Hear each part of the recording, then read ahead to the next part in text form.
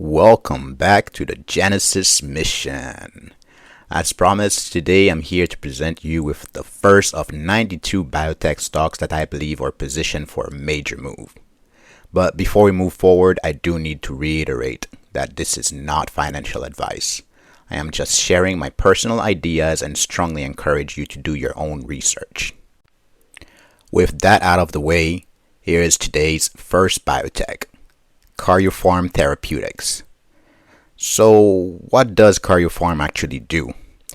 In simple terms, they build drugs that trap cancer-fighting proteins inside the cancer cell.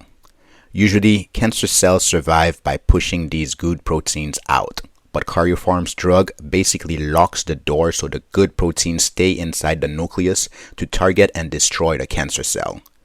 Right now, all eyes are on their massive phase 3 SENTRY trial for a rare bone marrow cancer, which is the major catalyst we are waiting for.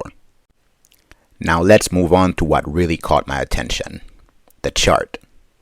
As you can see here, after surging back in February 2024, the stock went on a brutal decline, dropping more than 80% over the next 14 months.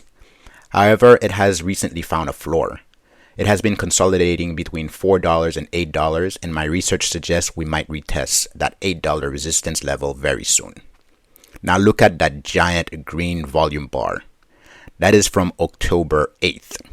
Since July, volume has picked up dramatically, which tells me smart money is slowly accumulating shares.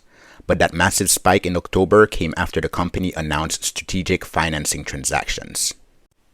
Basically, they extended their cash runway into the second quarter of 2026. This removes the immediate fear of bankruptcy. That volume tells us that institutions are positioning themselves ahead of the phase 3 trial readout. So, how am I playing this? I'm thinking about setting alerts and waiting for the stock to confidently break and close above the $8 per share resistance level. Or I might actually buy a starter position right here and add to it as the stock proves itself over the coming months.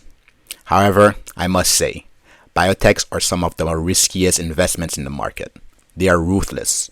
Drawdowns of 60% in a single day are fairly common if they miss trial or receive bad news.